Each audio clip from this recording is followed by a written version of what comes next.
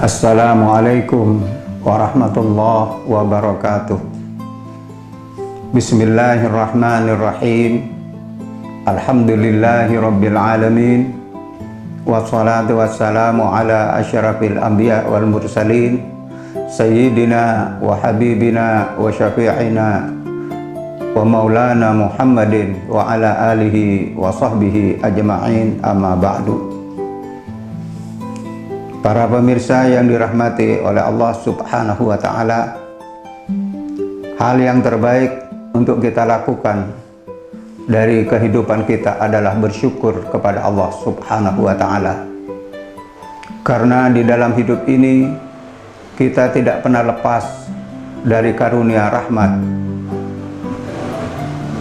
dan pemberian dari Allah Subhanahu wa ta'ala. Selanjutnya salawat dan salam semoga selalu terlimpah atas junjungan kita Nabi besar Muhammad sallallahu alaihi wasallam. Kepada beliau kita sandarkan memohon syafaat, semoga kita tertolong kelak di hadapan Allah Subhanahu wa ta'ala. Para pemirsa yang dirahmati oleh Allah, pada kesempatan ini saya akan menyampaikan sebuah pesan nasihat dari seorang hamba Allah, yaitu Luqman Al-Hakim, yang beliau sampaikan kepada anaknya. Suatu ketika beliau berkata, "Ya bunayya, hai anakku, man ijtama'at fihi khamsun, barang siapa yang terkumpul di dalam dirinya 5 perkara, yaitu ad-din, yang pertama adalah agama, wal mal, yang kedua adalah harta, wal haya, yang ketiga adalah sifat malu, yang keempat wa husnul khuluq, budi pekerti tata krama yang baik, wassaka, dan orang itu bersifat pemurah, maka orang yang memiliki 5 sifat tadi dikatakan oleh beliau fahuwa taqiyun, ia termasuk orang yang bertakwa kepada Allah Subhanahu wa ta'ala, wa naqiyun, dan bersih dari dosa, wa minasyaiton bariun, dan dia selamat dari godaan dan tipu daya syaitan. Para pemirsa yang dirahmati oleh Allah, yang pertama Luqman Al-Hakim mengatakan kepada putranya bahwa setiap manusia harus memiliki agama, dan agama yang terbaik adalah agama yang diajarkan oleh Allah Subhanahu wa ta'ala melalui para anbiya wal mursalin. Agama berfungsi ialah wab'un ilahiyun sa'ikun lidawil uqulis salimah ila ma fi salahu ma'asyihim wa ma'adihim. Karena agama adalah membimbing manusia yang mempunyai akal sehat agar ia mampu hidup yang baik sesuai dengan kehendak Allah dan Rasulnya, dan mendatangkan manfaat bagi sesamanya.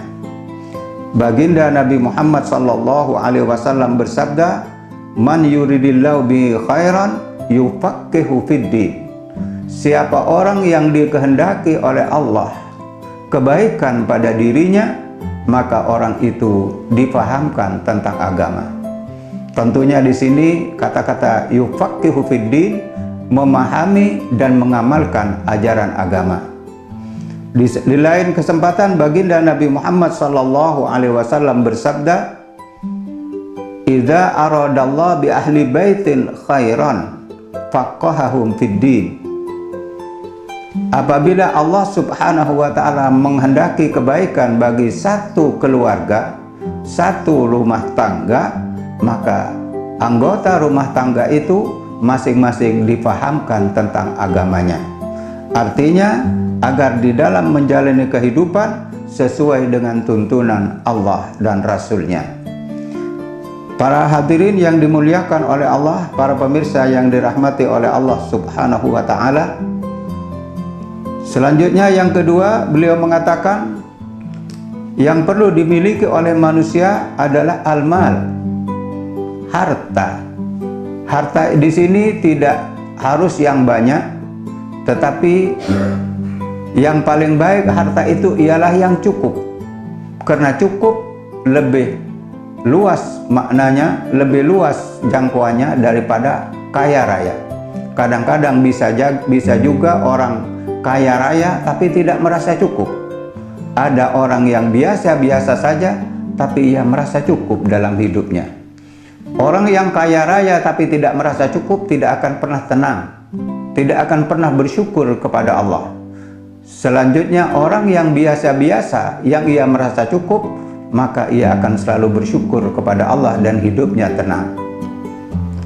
Para pemirsa yang dirahmati oleh Allah Subhanahu wa Ta'ala, harta yang akan mendatangkan manfaat adalah yang didapat dari jalan yang halal, juga dari jenis yang halal. Ulama mengatakan, kulil halal wa'budil jalal.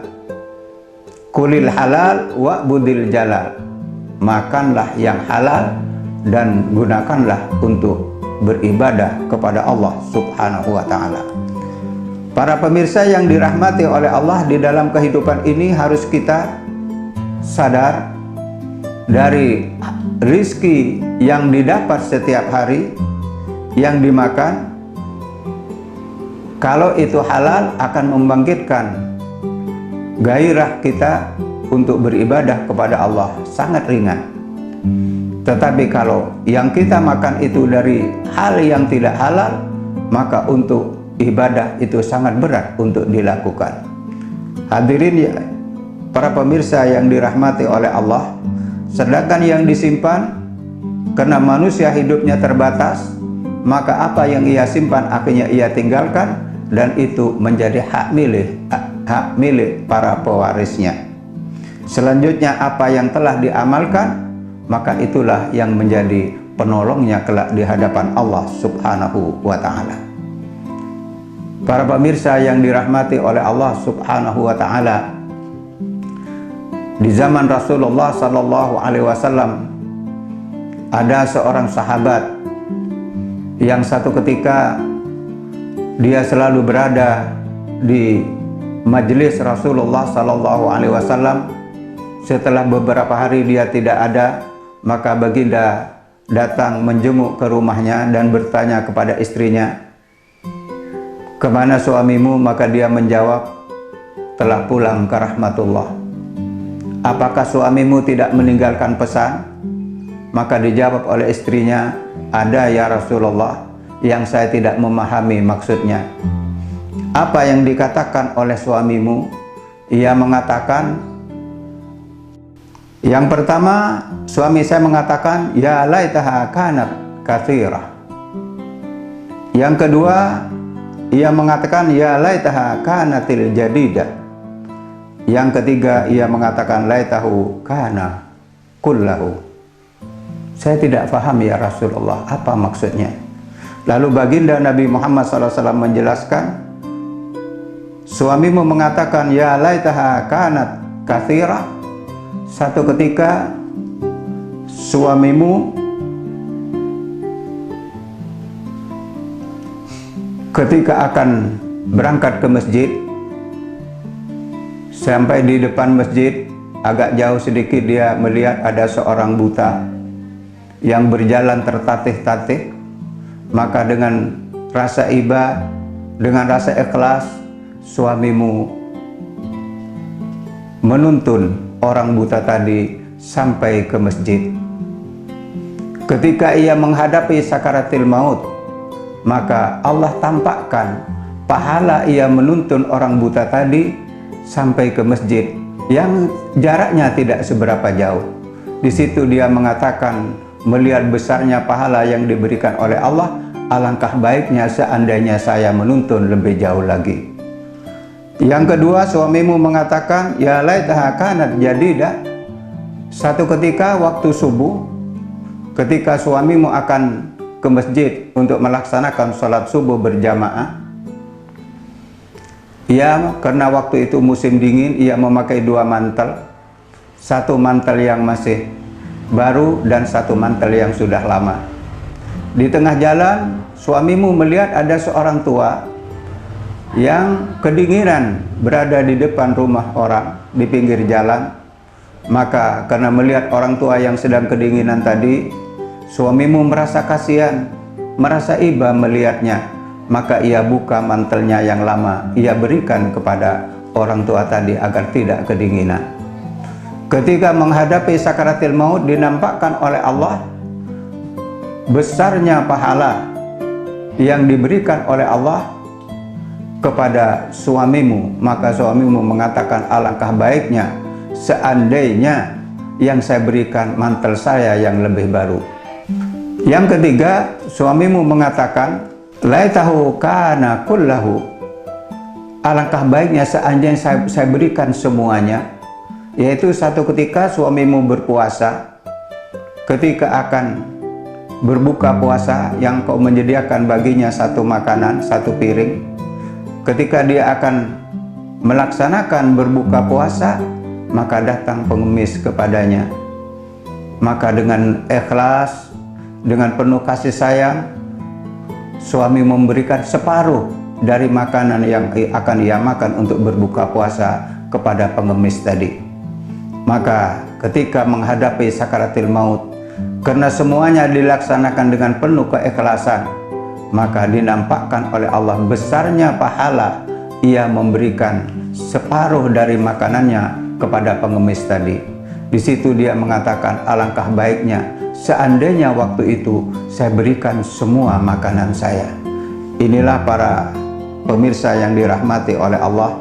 Orang di dalam hidup ini hendaknya mempunyai sifat pemurah kepada sesama. Jangan kita sampai menggenggam tangan kita dan tidak peduli kepada saudara kita yang sangat membutuhkan pertolongan.